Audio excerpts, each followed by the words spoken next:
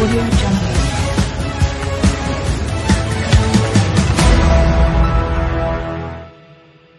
Keputusan pengerusi adalah muktamad dan keputusannya berkenaan dengan apa-apa perkara peraturan mesyuarat tidak boleh diminta, dipertimbangkan semula dan tidak boleh diulang kaji oleh majlis mesyuarat kecuali dengan dikeluarkan usul bersendiri kerana itu.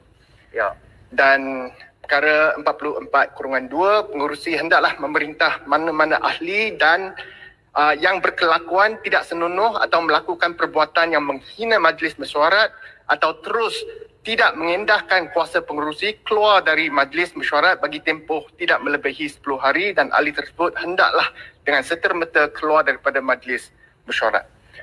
Datuk Yang Ketua, pada 7 hari bulan Mac, Datuk Yang Ketua telah pun memberikan keputusan ke atas usul yang saya telah pun bawa di bawah 36/12 kepada Yang Berhormat Pekan, di mana Datuk Tan Sri Yang Ketua menyebut bahawa beliau dapat memberikan penjelasan mengenai kenyataan Yang Berhormat Pekan dan menyertakan bukti dan dokumen yang menyokong penjelasan tersebut selewat-lewatnya pada hari Rabu 9 hari bulan Mac 2022.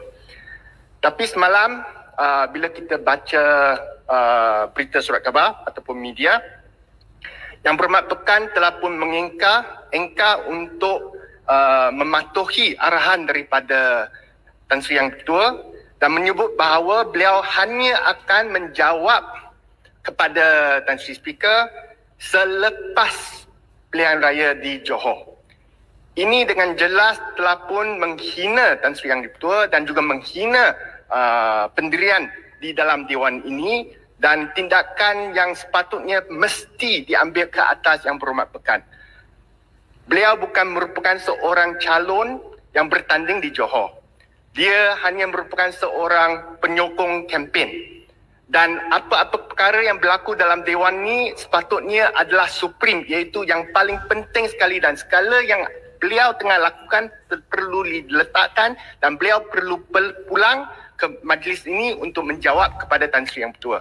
Dan saya rasa Tan Sri Yang Ketua pun telah pun memberikan kelonggaran kepada beliau bahawa beliau boleh menjawab secara bertulis, tak perlu datang Dewan untuk menjawab secara langsung. Dan beliau juga tidak dapat mematuhi kelonggaran tersebut. So kita harap Tan Sri Yang Ketua buat keputusan mengantung Yang Berhormat Pekan ni sehingga beliau dapat memberikan jawapan bila-bila masa yang beliau mahu. Terima kasih. Terima kasih Yang Berhormat Damansara. Sebenarnya pertamanya amalan meminta penjelasan secara bertulis itu adalah amalan saya. Ya, bukan terdapat apa-apa di dalam peraturan mesyuarat. Saya membuat amalan tersebut kerana apabila terdapat usul untuk merujuk seseorang ahli parlimen itu ke jawatan kuasa hak dan kebebasan, maka itu satu perkara yang amat serius. Jadi sebelum saya benarkan usul itu, dan usul tersebut selalunya melibatkan perkara-perkara mengenai fakta, ya, ataupun perbahasan mengenai fakta. Usul yang Yang Berhormat Damansara berikan kepada saya pun melibatkan fakta. 4 fakta telah dibangkitkan, terutamanya sama ada yang nombor satunya yang artinya yang paling, saya rasalah yang paling penting ialah sama ada kerajaan menggunakan wang kerajaan untuk membayar hutang prinsipal 1MDB. Ya, sebab yang dikatakan oleh Yang Berhormat Datuk Seri Pekan ialah prinsipal. Ya, jadi saya perlu melihat penjelasan mengenai perkara itu sebelum saya boleh membuat keputusan untuk membenarkan atau menolak usul Yang Berhormat. Jadi amalan saya memang dari hari yang pertama saya menjadi Yang Dipertua ialah untuk meminta penjelasan dahulu. Baru saya putuskan sama ada untuk benar atau tak benarkan usul tersebut. Dalam perkara ini saya memohon penjelasan daripada 2 orang. Pertamanya daripada Yang Berhormat Pekan, kerana beliau merupakan subjek matter Yang Berhormat Damansara. Saya juga meminta penjelasan daripada Yang Berhormat Menteri Kewangan, kerana Yang Berhormat Menteri Kewangan semasa menjawab soalan tambahan daripada Yang Berhormat Bagan keesokan harinya, saya rasa telah mengatakan kerajaan membayar hutang 1MDB. Jadi kenyataan ini bercanggahlah dengan Yang Berhormat Pekan. Jadi saya memerlukan penjelasan daripada kedua-dua Yang Berhormat tersebut sebelum saya boleh memutuskan usul yang masalah. Sekejap ya. Oleh itu, saya telah menulis surat kepada kedua-dua Yang Berhormat dan saya meminta penjelasan selewat-lewatnya hari ini, hari Rabu. Ya. Okey. Kedua, sebenarnya semalam selepas saya mempengerusikan mesyuarat tu, saya menerima surat daripada Yang Berhormat Pekan meminta pelanjutan masa sehingga hari Rabu minggu depan untuk memberi penjelasan. Saya benarkan permohonan tersebut sehingga Sabtu pagi, sehingga Selasa pagi minggu depan. Jadi tidak timbullah persoalan sama ada Yang Berhormat Pekan mengingkari permohonan, mengingkari arahan saya, sebab saya yang memberi masa kepada Yang Berhormat Pekan sehingga sehingga Selasa minggu hadapan.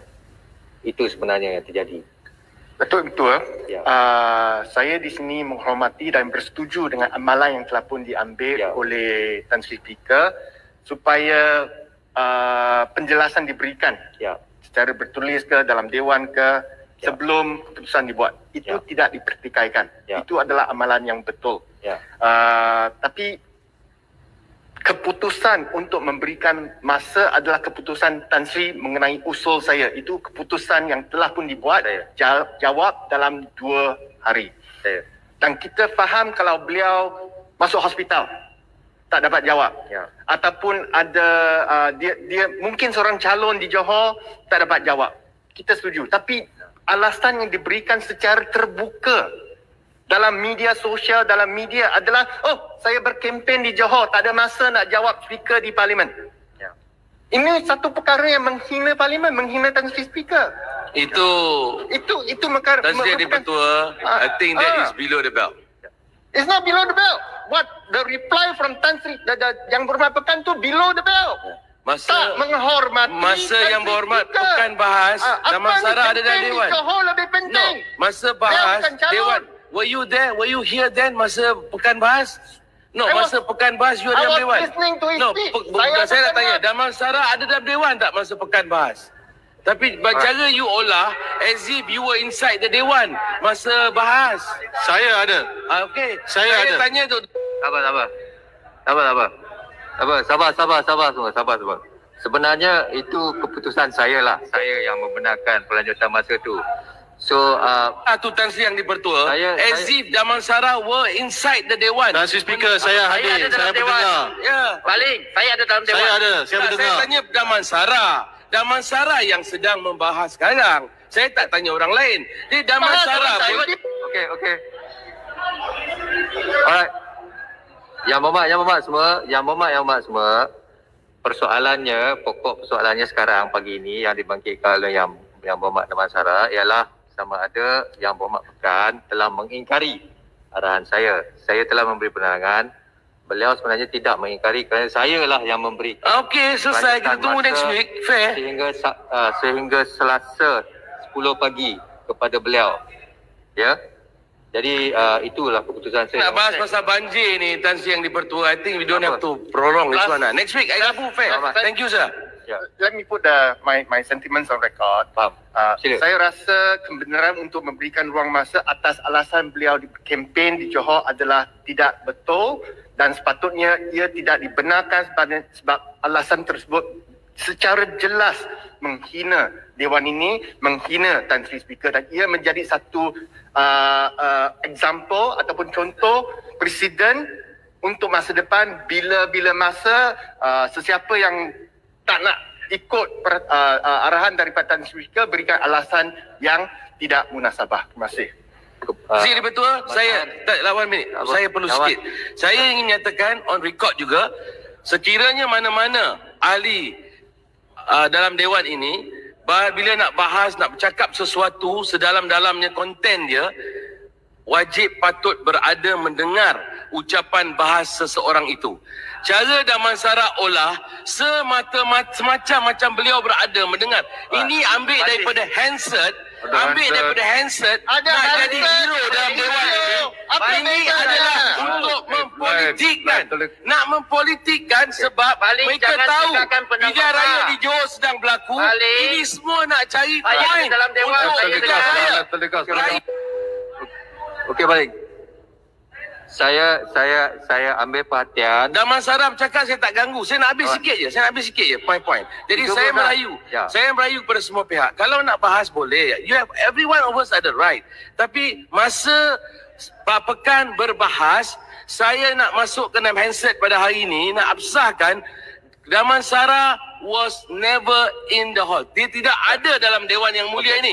Kalaulah Jelutong nak bangun tu oleh saya tak kisah sebab dia ada. Tapi dia tak ada, jadi jangan nak jadi hero dalam Dewan ini. Thank you. Terima kasih Yang Amat Damansara. Terima kasih. Saya ambil perhatian dan direkodkan bantahan Yang Berhormat Damansara. Di masa hadapan sudah tentu saya akan menggunakannya sebagai guidance saya lah dalam membuat keputusan. Tan Sri Speaker yang saya hormati. Ya, sedikit saja. Cuma persoalan saya adalah ketika itu Yang Berhormat Baling pun tidak hadir. Dan kedua, semasa berkempen di Johor Bahru, ketika ditemu bual oleh wartawan, beliau memberi penjelasan mengenai isu yang sama. Jadi saya risau. Saya ingin tanya, kalau beliau boleh memberi penjelasan di luar kepada pihak para wartawan mengenai isu 1MDB yang dibahaskan, kenapa tidak hadir di Dewan Yang Mulia ini? Itu persoalannya. Terima kasih. Sebenarnya pada waktu itu saya pun tak hadir. Mengenai penjelasannya di luar, kita bukan di bawah kawalan saya lah. Ya. Boleh kita teruskan dengan Speaker.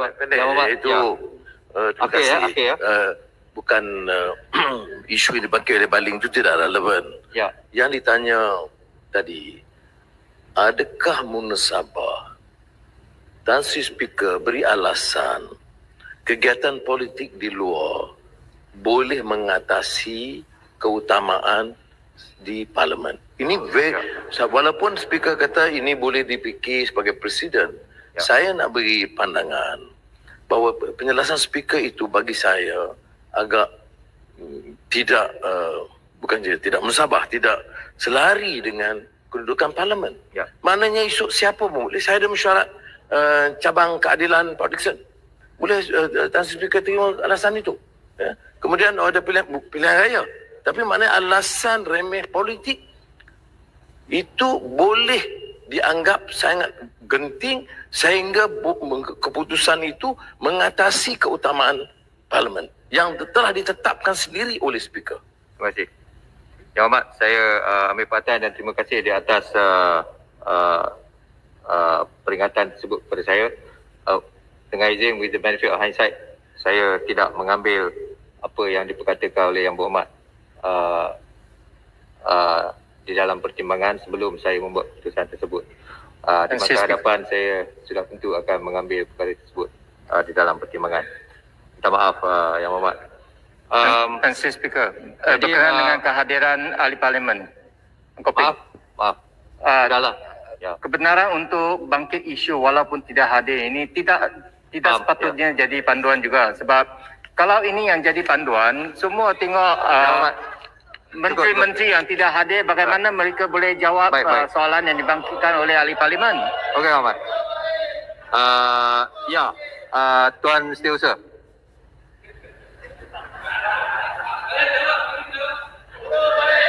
Menyambung semula perbahasan ke atas usul menjunjung kasih titah diraja ke bawah Duli Yang Maha Mulia Seri Paduka Baginda Yang Itu Agung. Tan Sri Speaker, isu peraturan juga, isu lain. Ya. Saya minta maaf, bukan isu pekan. Saya pun dah bosan dengan pekan. Dah meluat dengan pekan. Saya telah masukkan satu notis di bawah peraturan mesyuarat 18 kerana kemarin saya telah menerima satu video TikTok mengenai 4 pelajar yang belajar di Ukraine, semuanya gadis remaja yang menangis dan meminta bantuan kerajaan Malaysia untuk membawa mereka balik daripada Ukraine.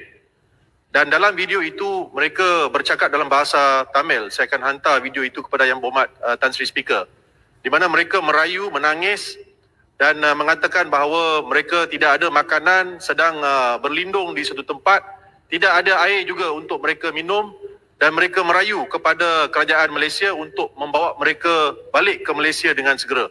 Jadi saya cuma risau tentang pelajar-pelajar Malaysia keseluruhannya yang belajar di Ukraine. Apakah tindakan yang akan diambil oleh kementerian dan kerajaan untuk membawa mereka dengan selamat? Jadi saya berpandangan bahawa perkara ini adalah perkara tertentu berkenaan kepentingan orang ramai yang perlu disegerakan. Dan saya mohon supaya Tan Sri Speaker mempertimbangkan usul ini dan membenarkan perkara ini dibahaskan. Saya difahamkan usul Yang Berhormat diterima oleh pejabat saya pukul 11 pagi tadilah. Baru pagi tadi saya masukkan. Biar saya teliti dulu dan saya akan buat keputusan. Terima kasih.